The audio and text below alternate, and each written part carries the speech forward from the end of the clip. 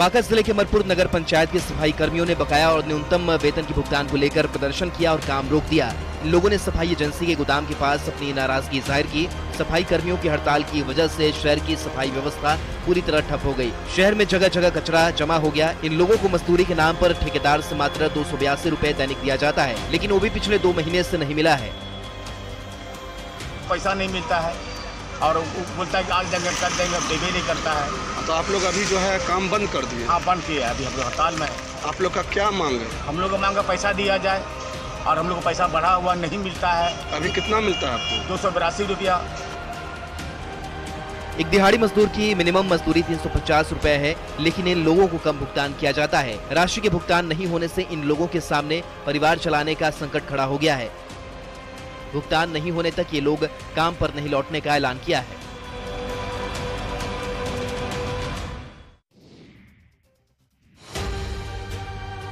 दुमका में जरमुंडी प्रखंड के सिन्ही पंचायत के जामा बहियार गांव में पेयजल की समुचित व्यवस्था नहीं है, जिसके चलते हरिजन आदिवासी बाहुल्य से गांव के ग्रामीणों को कुएं का दूषित पानी पीना पड़ रहा है। गांव के चापानल खराब पड़े हुए हैं। कुछ वर्ष पहले शुद्ध पेयजल की सुविधा उपलब्ध कराने के लिए पेयजल एवं स्वच्छता विभाग की ओर से गाँव में एक जल मीनार का निर्माण जरूर करा दिया गया, लेकिन ये जल मीनार मात्र कुछ ही घरों तक पानी पहुँचाने में सक्षम है।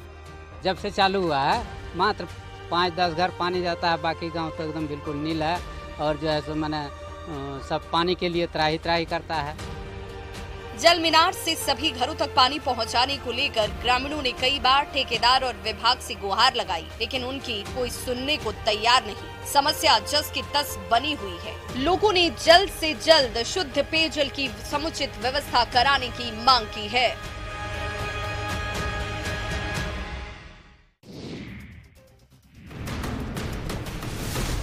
भागलपुर में किला घाट स्थित जमुनिया नदी की धार को भरने का काम भूमाफिया की ओर से करने की खबर न्यूज 18 पर प्रसारित हुई थी। इसके बाद जिला प्रशासन हरकत में आया।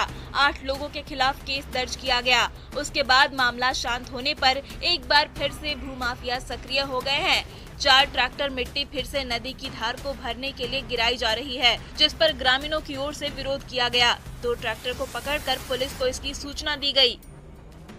आज फिर देखे कि जब केस हो गया है तो फिर मिट्टी फिर आया, तो हम लोग 2-4 आदमी मिलकर के रोक के कि भैया कौन मिट्टी गिराया, क्योंकि अभी केस लदा हुआ है, फिर मिट्टी गिरा रहे।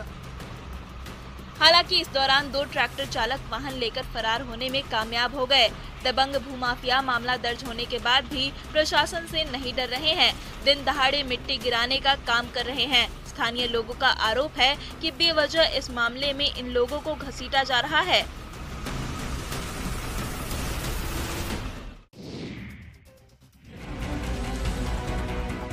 पटना में पाटलिपुत्र विश्वविद्यालय पर छात्रों ने गंभीर आरोप लगाए हैं। छात्रों को बिना पार्ट 1 की परीक्षा पास किए पार्ट 3 की परीक्षा में शामिल करा दिया जाता है। पाटलिपुत्र विश्वविद्यालय प्रबंधन के इस निर्णय का खामियाजा सैकड़ों छात्र भुगत रहे हैं। विश्वविद्यालय ने फर्स्ट ईयर में जिन छात्रों को एक पेपर में बैक लगा, उन्हें सेकेंड ईयर में दोबारा पेपर क्लियर करने का अटेम्प्ट दिए बगैर थर्ड ईयर की परीक्षा में शामिल करा दिया। अब थर्ड ईयर की परीक्षा भी छात्र उत्तीर्ण कर गए, लेकिन फर्स्ट ईयर की एक बैक पेपर के कारण पूरा ग्रेजुएशन डिग्री फंस चुका है।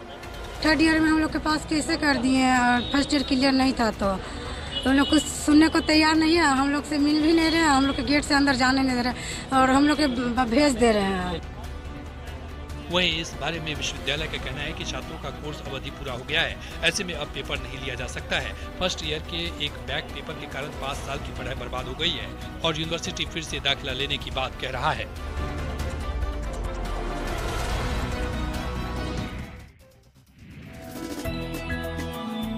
गिरिडीह में सुरेंद्र राय 36 सालों तक शिक्षा के क्षेत्र में जुड़े रहे। वो आदर्श महाविद्यालय राजधनवार में शिक्षा देने का काम करते थे। अब वो रिटायर हो चुके हैं और अब वे खेती और किसानी से जुड़ गए हैं। ऑर्गेनिक खाद से सुपर नेपियर घास उपजाकर लोगों के लिए प्रेरणा स्रोत बन रहे हैं। कॉलेज से भी जब निवृत्त हो गया तो मुझे लगा कि आखिर में क्या करना है, तो इस दिशा में हमने जो निर्णय लिया कि एक बार हमारी जो खेती गृहस्थी के प्रति जो मेरा आकर्षण था बिरनी के मरगोड़ा स्थित अपने पैतृक गांव में लगभग 10 एकड़ भूमि पर सुरेंद्र राय इन दिनों सुपर नेपियर घास और ऑर्गेनिक खाद की खेती कर रहे हैं। ऑर्गेनिक खेती करने के लिए बैक्टीरिया को अहमदाबाद से लाते हैं। वे शिक्षा के बाद खेती किसानी को चुनकर आने वाली युवा पीढ़ी को खेती की ओर अग्रसर होने का मैसेज दे रहे हैं। इनकी खेती की चर्चा पूरे गिरिडीह जिले में की जा रही है।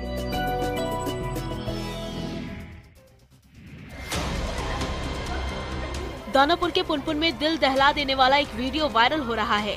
वायरल वीडियो में एक बुजुर्ग आदमी एक युवती को बेरहमी से पीट रहा है। हालांकि न्यूज़ 18 इस वीडियो की पुष्टि नहीं करता है। वीडियो में साफ देखा जा सकता है कि बुजुर्ग आदमी युवती पर कभी लात से प्रहार कर रहा है तो कभी मुक्का मार रहा है। लड़की बेबस नजर आ रही है, मदद की गुहार लगा रही है, लेकिन वहाँ मौजूद हर शख्स तमाशबीन बना है। कोई मदद के लिए आगे नहीं आ रहा। लड़की जमीन पर लेटी रो रही है। बुजुर्ग के कहर से बचने की कोशिश कर रही है, लेकिन उसका हर दांव फेल हो रहा है। बुजुर्ग आदमी इतना बेरहम है कि उसके बाल खींचने से भी बाज नहीं आ रहा। बताया जा रहा है कि केवाड़ गांव में जमीन विवाद के जिस पंचायत की वजह से पूर्व मुखिया नरेश की हत्या हुई, उसी विवाद में इस मारपीट को अंजाम दिया जा रहा है। लेकिन असल वजह तो पुलिस की जांच में सामने आएगा। बेरहमी का ये वीडियो तेजी से वायरल हो रहा है। लोगों को अब पुलिस की कार्रवाई का इंतजार है।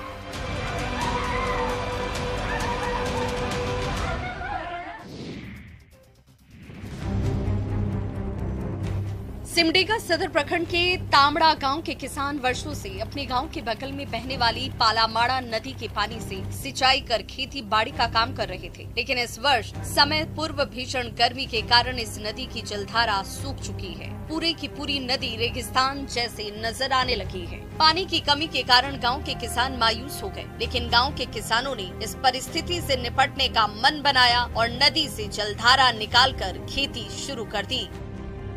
कोनो न खे बाबू, हमार तो खींच खींच के लाइट खुटा से करत थे। कोनो इथे बिजली के प्रबंध नहीं होते। अभी तक ये अपने बलबूते पर खेती कर रहे हैं। किसानों की मेहनत और हिम्मत की दाद तो लोग देते हैं, लेकिन मदद करने वाले सिर्फ तारीफ के बोल से काम चला रहे हैं। अगर इन लोगों की मदद की जाए तो इनकी मुश्किल भरी जिंदगी आसान हो सकती है।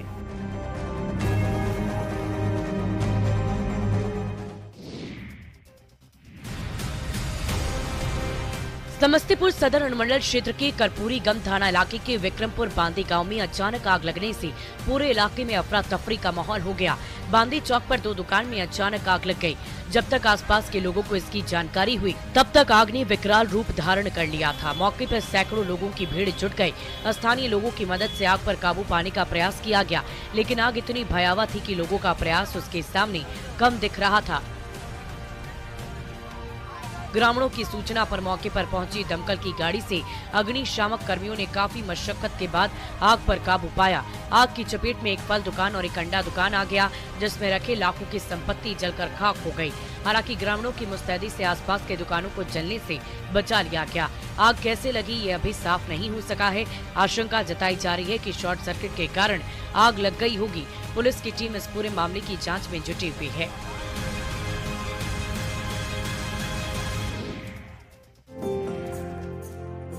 गर्मी की दस्तक देते ही लोग ठंडे पानी पीने और स्वास्थ्य को चुस्त दुरुस्त रखने के लिए मिट्टी के बर्तनों का पानी पीने का काम करते हैं। यही कारण है कि गर्म हवाओं के थपेड़े चलने के साथ ही सड़क के किनारे देसी फ्रिज यानी कि मिट्टी का घड़ा, सुराही और मिट्टी के बोतल की बिक्री शुरू हो जाती है। लोग इसकी जमकर खरीदारी करते हैं। घड़ा, सुराही, मोड़नी, छाभा, बोतल एगिला बेचो है। जेटा जैसन हो सेटा इसने बेचो है। बदलते वक्त के साथ साथ घड़ा और सुराही को नए तरीके से तैयार किया जाने लगा है और उसमें नल भी लगा दिए जा रहे हैं ताकि लोग नल के जरिए पानी लेकर उसे पी सकें। मिट्टी का बर्तन बेचने वाले ये लोग चंदन क्यारी प्रखंड के रहने वाले हैं, जो पूरे परिवार के साथ सड़क के किनारे पूरी गर्मी भर रहकर इसकी बिक्री करने का काम करते हैं।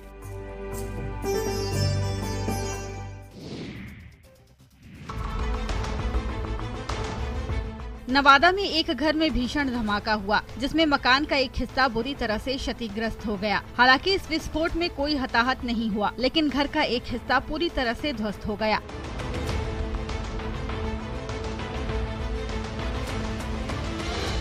शहर के वार्ड नंबर 18 स्थित गोंदापुर मोहल्ले में जोरदार धमाका हुआ। राहत की बात ये रही कि घर के सभी सदस्य शादी समारोह में भाग लेने के लिए बाहर गए हुए थे। घर के फ्लैट में किराएदार रह रहे थे। शफीक आलम के मकान में ये धमाका हुआ है।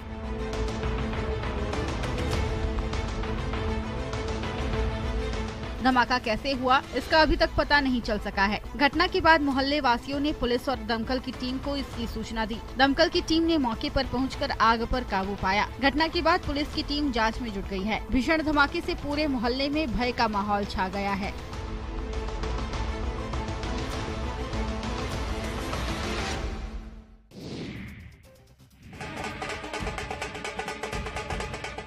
गढ़वा पुलिस इन दिनों एक्शन मोड में है। फरार अपराधियों की तलाश कर उसे जेल भेजा जा रहा है। कोर्ट के आदेश के बाद पुलिस की टीम अपराधियों के घर इश्तेहार चिपकाती है और सरेंडर करने का अल्टीमेटम देती है। इसी कड़ी में गढ़वा सदर थाना पुलिस की टीम ने अनिल पासवान और भीखू पासवान के सुखबाना स्थित घर पर इश्तेहार चिपकाया। पुलिस की टीम ने ढोल बजाकर कोर्ट के आदेश पर ये कार्रवाई की है। इस दौरान वहां पर ग्रामीणों की भीड़ लग गई। पुलिस ने इस इश्तेहार के माध्यम से आरोपियों को जल्द से जल्द कोर्ट में सरेंडर करने को कहा है। साथ ही पुलिस ने कहा है कि अगर तय समय में आरोपियों ने सरेंडर नहीं किया तो कुर्की जब्ती की कार्रवाई की जाएगी। इस कार्रवाई से अपराधी छवि के लोगों में हड़कंप है। गांव के लोग कुछ भी बोल नहीं रहे, लेकिन ऐसी कार्रवाई में गांव में डर का माहौल देखा जा रहा है। 1-2 अपराधियों के चक्कर में पूरे गाँव की बदनामी हो रही है।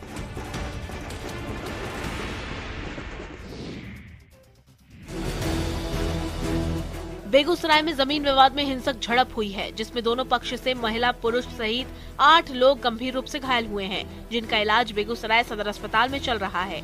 घटना बछवाड़ा थाना क्षेत्र के चिरैया टोल की है। एक पक्ष की ओर से भूसा उतारने का काम किया जा रहा था। उसी दौरान दूसरे पक्ष की ओर से अपनी जमीन बताकर भूसा उतारने से रोका गया, जिसके बाद दोनों पक्ष में भिड़ंत हो गयी। इसमें यह पता चला कि दोनों पक्षों के बीच में नापी होनी थी जमीन की, और नापी की डेट अभी आने वाली थी, लेकिन उससे पहले ही भूसा रखने को लेकर के ये दोनों पक्ष आपस में लड़ गए और दोनों साइड को इंजरी आई है। इसमें मैंने तत्काल रूप से आदेश दिया है कि इसमें तुरंत FIR करके जो भी दोषी है सबकी कार्रवाई की जाएगी। लड़ाई में लाठी, भाला और तलवार का इस्तेमाल हुआ, जिसकी वजह से लोगों को अस्पताल जाना पड़ा। पुलिस ने इस मामले में जांच के बाद कड़ी कार्रवाई का भरोसा दिया है। SP खुद इस मामले की मॉनिटरिंग कर रहे हैं। इस घटना से पूरे इलाके में अफरा तफरी का माहौल है।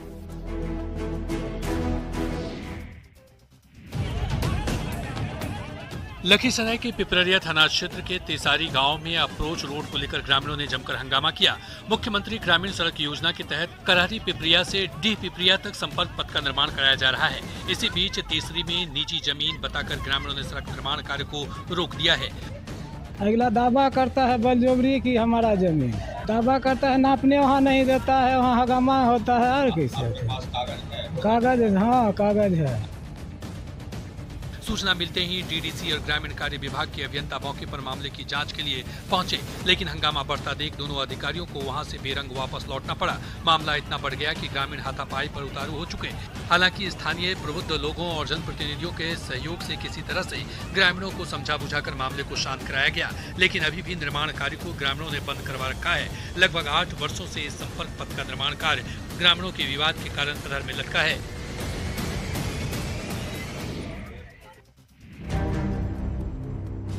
जल जीवन हरियाली मत्स्य पालन और जल संचय योजना में सरकार की ओर से 90% तक का अनुदान मिलता है, लेकिन शेखपुरा जिले में लोग इन योजनाओं में कोई दिलचस्पी नहीं दिखा रहे।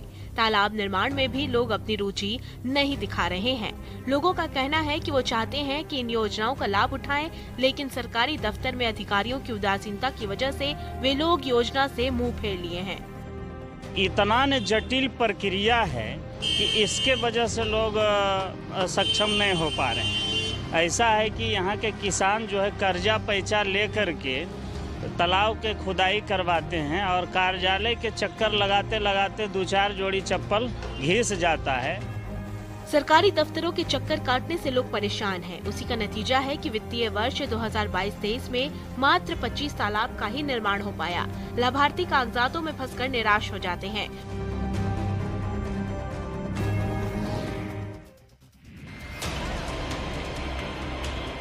ट्रेन में दिव्यांगजनों को परेशानी न हो, इसके लिए ट्रेनों में दिव्यांगजनों के लिए अलग से बोगी बनाई जाती है, जिस पर लिखा भी रहता है कि ये बोगी दिव्यांगजनों के लिए है। लेकिन इसमें दिव्यांगजन की जगह आम यात्री ही कब्जा जमाए रखते हैं। जमालपुर हावड़ा ट्रेन के दिव्यांग कोच में भी आम लोगों ने कब्जा जमा लिया, लेकिन न्यूज 18 की टीम की नजर पड़ते ही आरपीएफ कुछ देर के लिए हरकत में आया और दिव्यांगजनों के बोगी से आम यात्रियों को निकाला गया। विकलांग है, बिल्कुल हाथ पैर, इसके साथ में हाथ पैर काम नहीं करता है। और लोग कैसे बैठे हुए हैं? नहीं, आप चला फिरा के देख लीजिए सर। और लोग का तो हम कह नहीं सकते हैं सर। हालांकि ट्रेन के खुलते ही फिर से इसमें आम यात्री सवार हो गए और आरपीएफ की टीम देखते रह गई। रेल पुलिस की अनदेखी के कारण इस पर आम यात्री कब्जा जमा लेते हैं। कैमरा देखते ही ये लोग एक्शन में आते हैं, लेकिन जब कैमरा बंद होता है तो ये लोग दिव्यांग बोगी को भगवान भरोसे छोड़ देते हैं।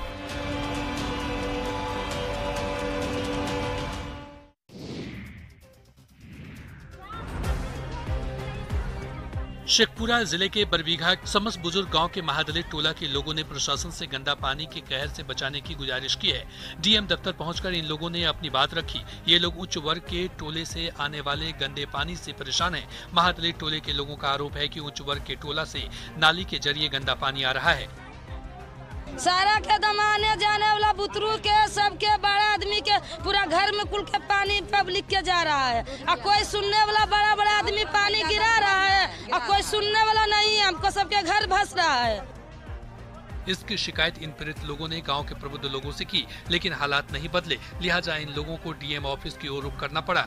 डीएम ने बरबीघा कार्यपालक पदाधिकारी को जांच कर कार्रवाई करने का निर्देश दिया है। पीड़ित महिलाओं ने कहा कि नाली का गंदा पानी घरों में पहुंच रहा है, जिसके कारण काफी परेशानी हो रही है। गंदा पानी नाली में बह रहा है और उसमें बच्चे भी गिर जा रहे हैं।